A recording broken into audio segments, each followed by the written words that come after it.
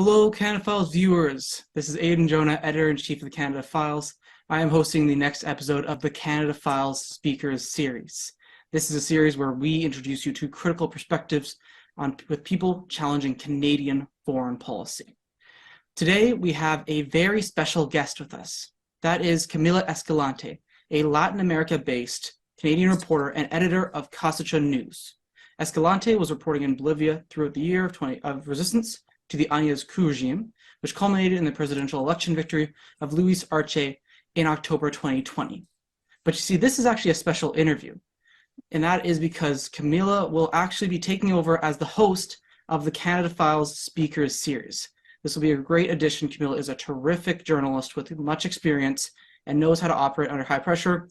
Just a fantastic ad, and we're very happy to have her hosting.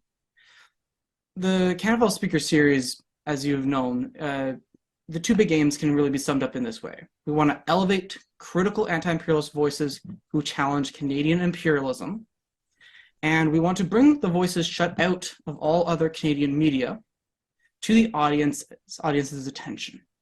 So the criteria, I want to explain that to folks and really just firm that up for people to understand. One of these needs to be met for people to be interviewed for the speaker series specifically. The person will have needed to be born in Canada, where they are now, it doesn't matter, or they need to have lived in Canada for a significant amount of time, even if they weren't born in Canada and are out of Canada now, or they need to be living in Canada at present. This criteria might sound confusing at first, but it's for a simple reason. We want to make sure that the interviews that we're providing are actually of original value, that are unique. Because at the end of the day, Canada Files has deep respect for our audience and our supporters, whether those people are financial supporters or whether they just keep an eye on our work and spread it around. It's really every bit of the support we get from anyone around the Canada Files, we truly, truly do appreciate it. So now, Camila, I want to shift to you. Can you please explain to Canada Files viewers why you took on the hosting role for this Canada Files Speaker Series and your ambition for the interviews you will end up conducting? Well, thank you so much for having me, Aidan. It's absolutely exciting to be embarking on sort of a new thing with the Canada Files. I've always been really critical of Canadian media, but I haven't really had an outlet, so to speak, or a space to, to express that in my work. My work, as you've noted, has really focused on Latin America, reporting on the ground in Latin America and the specific countries that I've reported in and have followed over the years. And a lot of times there is a connection with Canada, but sometimes there's not. And right now in this particular context, it's been very difficult for me to, find ways to cover some of the most important things that are going on in the world, simply because it doesn't fit in to the work that we do at Kawsachun News. But at the same time, we have found some ways of doing things like highlighting some of the leaders and social movements and political parties and their responses to, for example, the NATO conflict in Ukraine. And we've been finding ways to kind of cover these really relevant topics. But, it's particularly important because the Canadian government, which is really a Canadian regime, there's no reason to call it a government. It doesn't call other governments governments. It refers to governments as regimes throughout the global south. But the regime and its media arm, which includes but is not limited to Canada's state-controlled broadcaster, the CBC, also Global News, CTV, CB24, the Toronto Star, the Toronto Sun, and the Globe and Mail, they are quite literally lying to Canadians about what's going on in the world with regards to some of the most important issues today. And a lot of the really important and critical issues that people need information on and are part of this massive propaganda campaign are not necessarily centered around Latin America. One of them you have already spoken about in the interview you had with Demetrius, which is that we are on the brink of nuclear war. Obviously, this war on China, which is being promoted by Ottawa just as much as it is as it is by the United States is something that we also need truthful information and reporting on. And of course, just in general, you have been able to tackle in your first interview of this series the way in which Canada has, participated for many years in the arming of Nazis and supremacist and extremist groups in Ukraine in the lead up to what is now the current conflict overseas. The Canadian government continues to write these massive multi-million-dollar checks in support of and fueling the continuation of this conflict. And they absolutely don't want any sort of peaceful resolution, just like the United States doesn't. And this is something that I believe that Canadians ought to be, demanding explanations and the truth about what's going on, where the Canadian money is going, what it's funding. And, these sorts of questions are not adequately in any way addressed in the media in Canada. In fact, anyone who has any criticism is not to be found anywhere in the mainstream, corporate-backed Canadian media. Some other issues that are really relevant that do tie in with Latin America is the way in which Canadian multinationals and mining companies are plundering different countries of the global south. And that obviously had a hand and a role in the coup that just took place on December 7th in Peru. But we've also seen the displacement of peoples in Central America. These are some really important topics that I think it would be very fruitful to cover in this interview series one way or the other. And of course, as you said, it's also important that we highlight and give some sort of a platform to some of the voices that we haven't been able to hear that are shut out of the mainstream media, whether it be on the issues of Palestine, Syria, Iran, but many other issues as well. That's something that you have done so far in the coverage that you've done, in the interview series that you've done, and of course also as the Canada Files with some of the articles that you've published, including some on Latin America, for example, on Cuba. And so these are really important things that I think really fits into what I've been looking to do. And I'm really excited as well for some of the sort of guests and topics that I know you guys are interested in covering as well. All right, Camila, thanks for a very fulsome answer there. And to reiterate, we are very excited to have Camila come on and join as a host of this speaker series. But let's get to the interview segment of this now, folks. Now, Camila, if it would be possible, please take us through the important parts of your life up until you were part of founding the great news outlet, Kawsachun News. I grew up in North America, largely in the US. I also went to university in Toronto. I have been really involved in sort of Latin America solidarity, following a lot of, key events and destabilization and coups and things that have happened and in recent years, and always, fitting myself into some sort of media capacity in sort of the organizing and activism I've done. And, all of that led me to my work at Telesur, where I was largely based in Quito, Ecuador. And I didn't go to school for journalism. I studied political science, which for me and my experience, I think has been a lot more helpful than a journalism degree in the sort of things that I've done.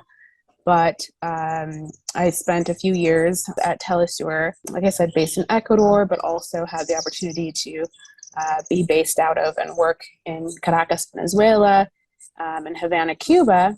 And I've also had the opportunity to do some reporting on the ground for not only Telesur, but for other outlets. And, that kind of brought me to the founding of Kawsachun News. But some of the most important things that I think I've covered on the ground, are sort of the indigenous uprising that took place in Ecuador in 2019. It was an anti-IMF, anti-neoliberal uprising. The coup in Bolivia, it was something that I covered, quite extensively at Kawsachun News because, of course, we're an outlet based in Bolivia. And, I experienced firsthand what it's like to live and work under the unilateral coercive measures, the sanctions that are really genocidal anti-people, anti-poor sanctions that are imposed on Venezuela and Cuba and other countries as well, of course, Nicaragua, but really affect the way in which people live their lives. And so I spent a lot of time, in these countries getting to know what exactly, sanctions do to a country, how they affect a population, and particularly in the case of Venezuela, I was there at what I would consider to be the height of the sanctions that were imposed by the United States, but also by Canada and by other European countries in a manner that is illegal. And things were very difficult. None of those sanctions have been lifted to date, but these countries are finding ways to rise above them and defeat them, really, and finding ways to overcome and mitigate their effects. These are some of the most important things that I think have informed my understanding of what Canadian imperialist policy is abroad and what the effects are.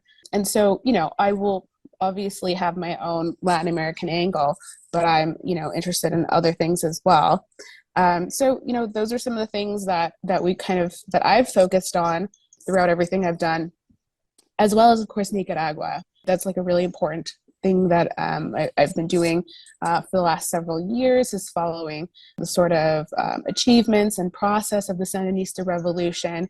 And one of the reasons why we even founded or needed to have a platform like Kawsachun News is because even among the alternative outlets that exist, the alternative platforms, there is somewhat of a gag order against any positive news or any coverage at all of the Sandinista revolution in Nicaragua. And this is amid a very anti-Nicaragua imperialist media campaign that is replicated in many countries, but obviously largely driven from the United States. And so this has been, a huge focus of mine, reporting on and doing interviews in Nicaragua, largely since 2018. But before that, obviously, but 2018 was a very particular year because there was a failed coup there. And, the application of a model of intervention and meddling that we've seen in many other countries. It's just one of many case studies of what takes place in these sorts of imperialist attacks against countries of the global south by countries like Canada. All right, Jamo. So you've talked a bit about the reasoning around why Kawsachun News was founded. So the team that makes up Kawsachun News now, talk to us about how that ended up coming together. Yeah, largely myself and our co-founder, Oli Vargas, we met in Quito. We were working at Telesur, and he's, of course, Bolivian. And I had not been big on covering Bolivia in particular, but I saw a need for various reasons. One being that I could just tell that the socialist model that was being implemented under Evo Morales during his first 3 terms was extremely successful and yielded a lot of really important outcomes for the working class people, the largely indigenous population of Bolivia. And what we were seeing were these destabilization tactics and sort of like color revolution tactics and a propaganda campaign against the movement towards socialism government there. And I thought it was something really important to cover. And I sort of gravitated towards Ollie for someone who could help, provide historical context, could help be an interview guest. And, this sort of led to us realizing that we needed a larger platform to be able to continue this coverage on an ongoing basis and give it the attention it deserved. So the two of us embarked on this together. We had some friends, some Bolivian friends who really helped us out. And we've had a lot of contributors who are Latin American and now based in a lot of different countries.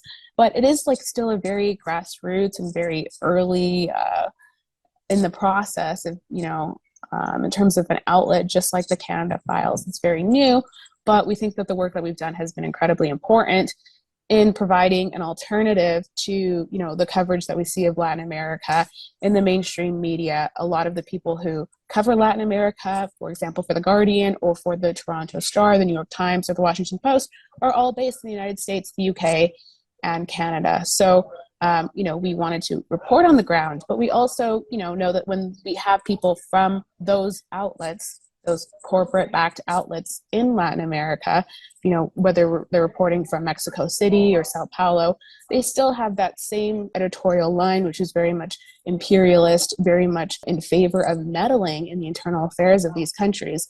And so this is something that really has to be combated on the ground. And so this is the reason why we founded the outlet.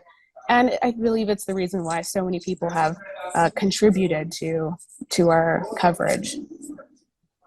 So you have indeed, with Kawsachun, done much critical work. I'm wondering if you could pick a few examples of some of the work you folks have done in the first few years of existence and talk to Canada Files viewers about it.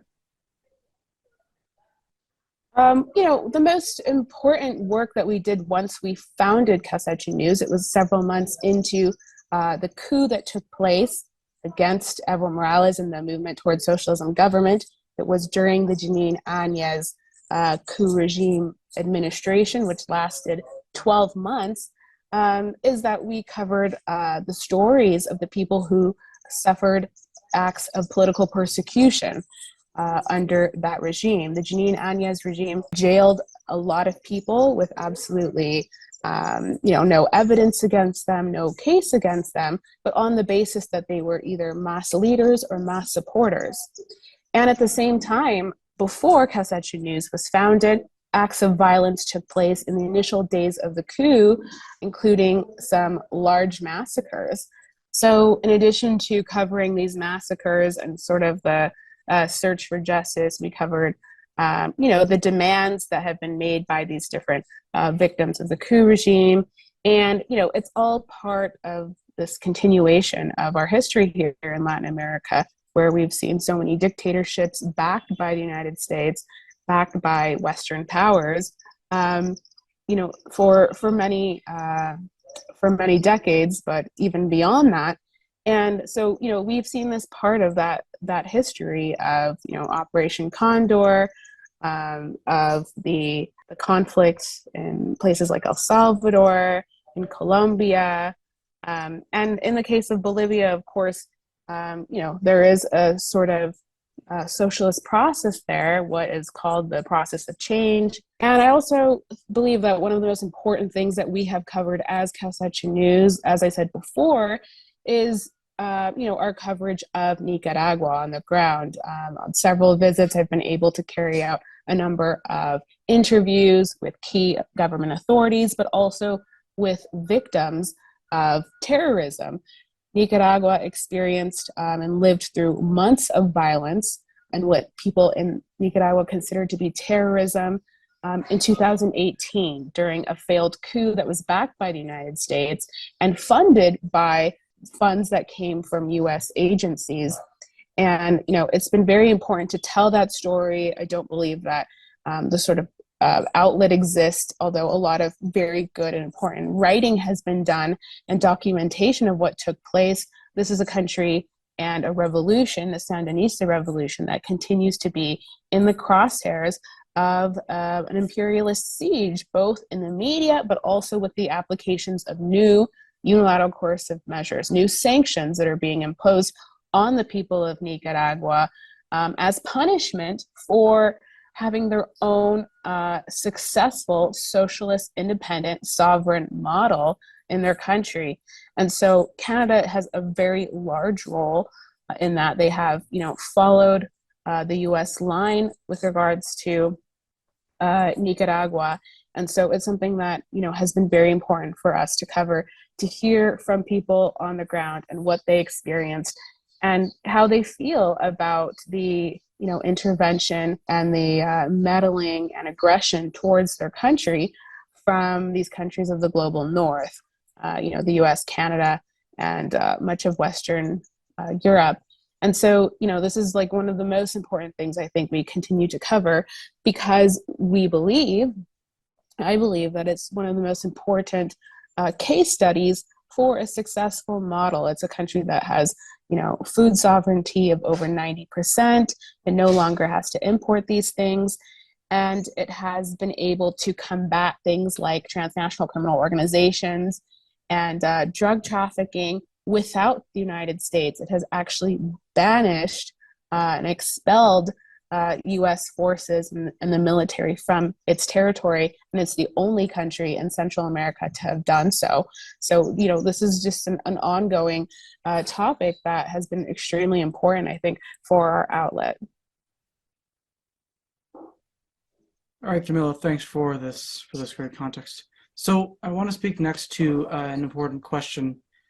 What are the major issues you find with coverage of the Canadian mainstream media against Venezuela, Nicaragua, Cuba, and other enemies, quote unquote, in Latin America and the Caribbean? Evan Dyer's terrible journalism for the CBC comes to mind as an example, but the poor coverage obviously stretches much farther back than this. Yeah, absolutely. I mean, I really began paying attention to how bad the coverage was by the CBC in 2017. That's when really the mainstream media and, of course, the imperialist governments began ramping up this disinformation campaign against Venezuela. And the CBC was absolutely brutal in its coverage of Venezuela and its dissemination of totally false information about what was going on. That was in 2017 when Venezuela was experiencing a destabilization attempt on the ground with these pro-coup actors that were receiving financing from foreign governments. Then, of course, as you know, Juan Guaido was sort of chosen to be this sort of false leader of Venezuela. He self-proclaimed himself, and he said that he was president. And this, narrative was not really accepted by anyone within Venezuela. And most people around Latin America and the world would never have known who this person was. Juan Guaido was an elected member of the National Assembly in 2015. But then in 2019, Ottawa and Washington were telling us that he was suddenly the president, even though in 2018, there had been democratic elections in Venezuela, which re-elected President Nicolas Maduro.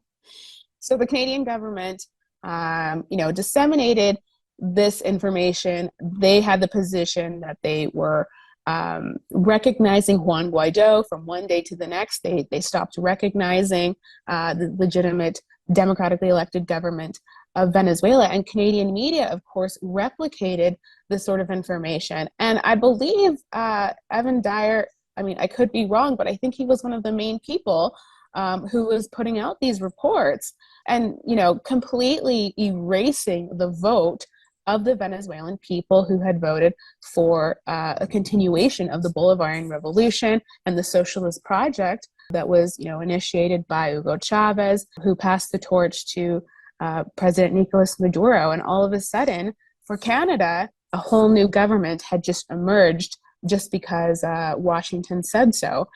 They also, from Canada, promoted or were part of and led the so-called Lima cartel. And, the so-called Lima group, which I call the Lima cartel, which was like a pro-coup collection of, lapdog governments of Latin America, which supported regime change in Venezuela, supported a coup, and basically were looking for more sanctions to be imposed on this country. And there was nowhere in the mainstream Canadian media where any of this was ever questioned. These sorts of hostile attitudes and the imposition of unilateral coercive measures was never questioned in the case of Venezuela, nor has it been in the case of other unjustly sanctioned countries by Canada. So Canada's foreign policy towards Russia and China has been the major focus within Canada at present, which has left policies towards other nations having a lesser focus for some. How has the imperialist Canadian government meddled in Latin America and the Caribbean recently? Well, as I wrote about in the Canada Files in my article on Peru, Lima has been a very important strategic hub for both Canada and the United States. And it was from Lima that a lot of the coup um, against Evo Morales in Bolivia was even orchestrated. And in the case of Peru, Canada has a lot of just very blatant mining interests in the country. They have fought for all sorts of different contracts, and this is kind of an ongoing broader theme throughout Latin America. A lot of socialist governments and leftist or socialist parties in Latin America are not against mining or the extraction, exploitation of natural resources, but it has to take place within a framework of national sovereignty. And that can only take place really when you have, either a revolution, as in the case of Nicaragua, where you have a government that really regulates the sort of activities that take place with regards to the natural resources, or where at least you have, a country with, some sort of a leftist in power that really cares about protecting those resources and making sure that they are only exploited for the benefit of the people of that country. And this is what Pedro Castillo was planning to do. He was planning on making it much more difficult for foreign companies, such as Canadian companies, to come in and just displace people and destroy territories, obviously to the detriment of the communities, but also to the environment, and take off with the riches to wherever these companies come from. And so Canada played a really big role in that process. And this is still not really being discussed from what I can tell in the Canadian media. Also, Justin Trudeau recently took a trip to the CARICOM summit that took place, and he sort of, pledged all sorts of large sums of money to CARICOM and CARICOM countries. He held a bunch of bilateral meetings with the prime ministers of many CARICOM states and asked for their support in basically the war on Russia. CARICOM as a bloc has largely positioned itself. Its understanding of itself is that it has a neutral position. Really hasn't been neutral. It's been more in favor of Ukraine as far as the votes have gone, as for example, the UN General Assembly. But Canada's understanding has been that they were in a neutral position. So what Trudeau went and did was tried to get these leaders in these countries on Canada's side, on NATO's side of the war. It's just really bizarre that they would allow for his presence, given that Canada continues to be one of the leaders in the intervention, even militarily now in Haiti.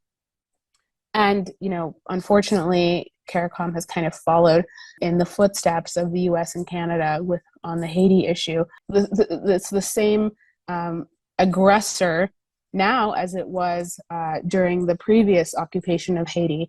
So Canada has had just a role in absolutely every coup that has taken place in Latin America, every destabilization attempt, including Nicaragua, including Honduras in 2009, but in many other cases as well. All right, Camila, now let's shift a little bit, but it's within the context of what you've discussed in terms of the West and its attitude towards countries and their positions on Ukraine. So can you inform people about the Canada-US-NATO pressure campaign seeking to force Central and Latin America to support Ukraine in opposition to Russia's SMO, and give your thoughts on this pressure campaign? Yeah, well, it's like I said. I mean, they literally, we had the German chancellor doing a tour. We've had all sorts of high-level U.S. diplomats doing tours of Latin America and the Caribbean to try to get, more support for NATO's war in Ukraine. And Canada has done the same thing too. That's why like I said, Trudeau has been closing in on these different leaders, largely prime ministers from the Caribbean, but other countries as well, to try to get them on board when, as a whole, this region has really rejected any involvement in the conflict. And although it seems as if Canadian citizens are totally okay with sending hundreds of millions of dollars worth of armament, and as well as, you know, previous training and all sorts of other weaponry and aid to Ukraine, nobody in Latin America and the Caribbean wants to be a part of this in any way. They don't see this as really any of our business, but it affects us just the same because of the world economic situation that affects inflation and everything else. But Canada has certainly tried to get these different countries involved, and to absolutely against the will of the people of this region. The attitudes of people here in Latin America are completely different to the attitudes on a whole in the global north, and particularly in Canada. It just seemed that as soon as this, Russian special military operation began, that a lot of people came out in support of Ukraine without really knowing the history of what took place over the last 8 years prior to the Russian special military operation. And so the gap is widening more than ever between the US and Canada and the other countries of this hemisphere, right? And for that very reason, the governments have become less and less engaged in the Organization of American States, which is a body that includes the US and Canada and all of Latin America and the Caribbean, except for a few countries that have left the OAS.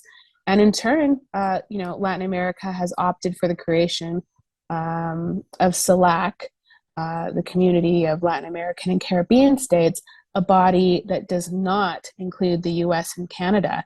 And, I think that this and all of the votes that we see at the United Nations General Assembly and elsewhere really just shows that it's the US and Canada that is isolating itself, in stark contrast with the global South, which is very much, against this war in general and aggression and hostility towards, these supposed or apparent enemy countries. So while the West desperately focuses on destroying Russia and China in particular, much of the world is not following in their footsteps, as you've mentioned. Can you talk about how some Latin American nations have engaged in cooperation with and or have had firm neutrality towards Russia, Iran, and China despite Western pressure? Well, it's just absolutely across the entire continent. Last week, we heard the announcement from Xiomara Castro, who is the president of Honduras. She's been president for about 14 months now, and she announced that she had designated her foreign minister to approach China about the opening of diplomatic relations with China. And it's one of the few countries left in the world, but specifically Latin America and the Caribbean, that maintains official diplomatic relations with Taiwan. But, just a year and some months prior, Nicaragua had made the same move, had ended and cut off ties diplomatically with Taiwan, and launched or reestablished, really after some period, relations with China. And so it's been full speed ahead since the opening of relations with China, between China and Nicaragua. All sorts of cooperation agreements have been signed. There's a huge Chinese presence in the country that is looking at ways of helping Nicaragua develop, particularly because of the immense opportunity China sees in Nicaragua because of its political stability, because of its strong government, and good laws and operating framework in which they know they can build infrastructure and it's actually going to help people. But we've also seen very strong relations between the movement towards socialism government in Bolivia and Russia, China, and Iran. Also, Russia, China, and Iran are some of the most important allies of both Cuba and Venezuela. But we're talking about, governments that are sort of socialist governments. But even with most countries of the region, including the ones that have, right-wing pro-US governments, they have been signing deals with China, primarily China, joining the Belt and Road Initiative, or they have projects that are part of the Belt and Road in their countries. And it's completely something that the United States is not able to stop. It's happening in all the countries that surround the US, such as the Bahamas, Cuba, Mexico. I mean, the closest neighbors are allowing the Chinese to come and invest in tourism and infrastructure projects and much, much more. I think that it would be very important for people in the North to see that this is what people want. In this part of the world, there's a lot of public sentiment which supports the government's establishing these relations. Just looking last week at the different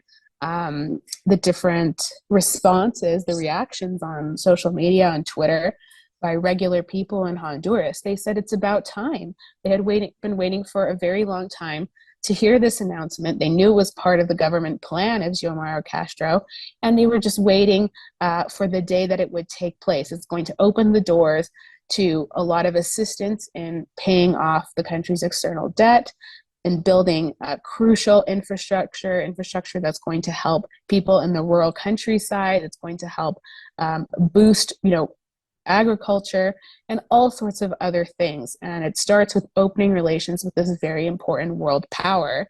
And the same goes with Russia. I think although some people have made political statements, or some leaders have made political statements sort of against Russia when it comes to the conflict right now, they have maintained relations with Russia.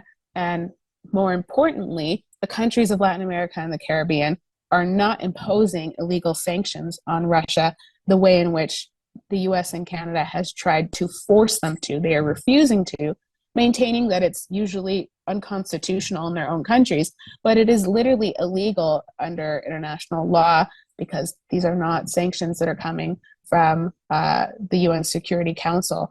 And so I think, the relations with Russia and countries of largely Latin America, maybe to a lesser extent the Caribbean, have actually strengthened in the last year since the special military operation began. They have no way come to a stop. Nobody here is boycotting them.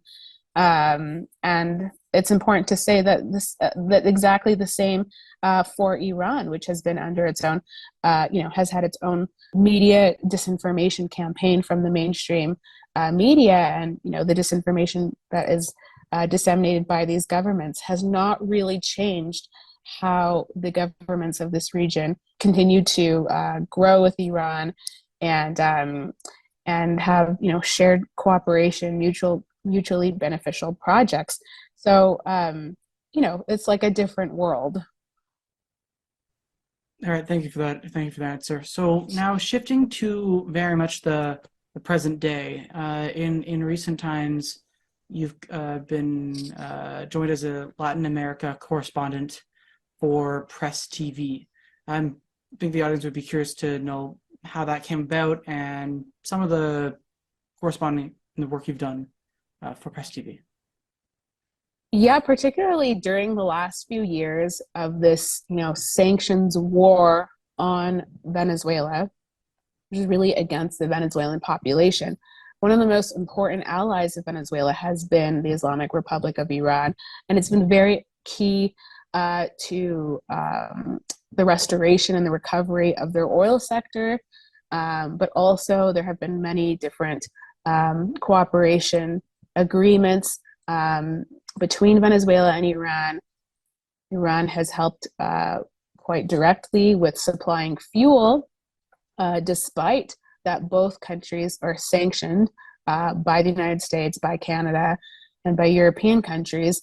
I think President Nicolas Maduro has spoken many times about the importance of that strategic ally and close friend. It's almost like another, honorary Latin American country. I have, had the opportunity to do a lot of on-the-ground reporting for Press TV in Brazil, where I am now.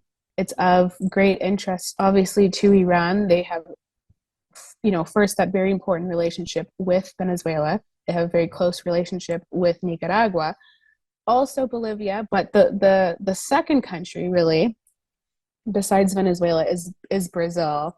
Brazil is one of the largest economies in this region. It's just absolutely a massive country, but it has the potential to be a huge economic powerhouse. It's been very important to cover what's been going on here with the return of Lula and the Workers' Party, which is going to have, obviously, a lot of, it's going to take Brazil in a forward direction in terms of rebuilding its strategic alliances with China, with India, with Russia, things that were sort of abandoned under Bolsonaro. And so that's largely what I've been covering here. I've covered some of the social movements as well, and the election campaign, the 2 rounds of the election campaign last year here in Brazil. But that has largely been the focus of my on-the-ground reporting there.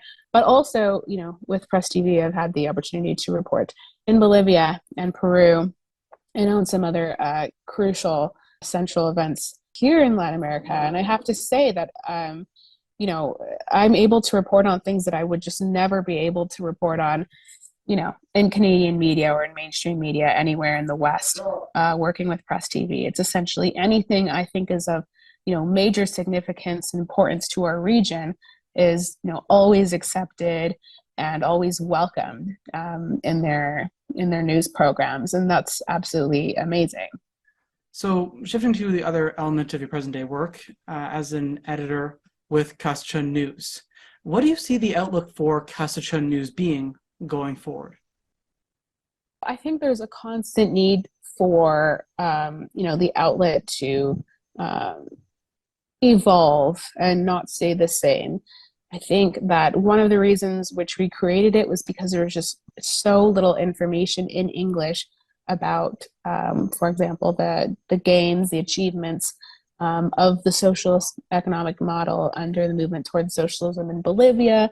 We wanted to, push back against the disinformation in the news coverage regarding Venezuela and Cuba and Nicaragua.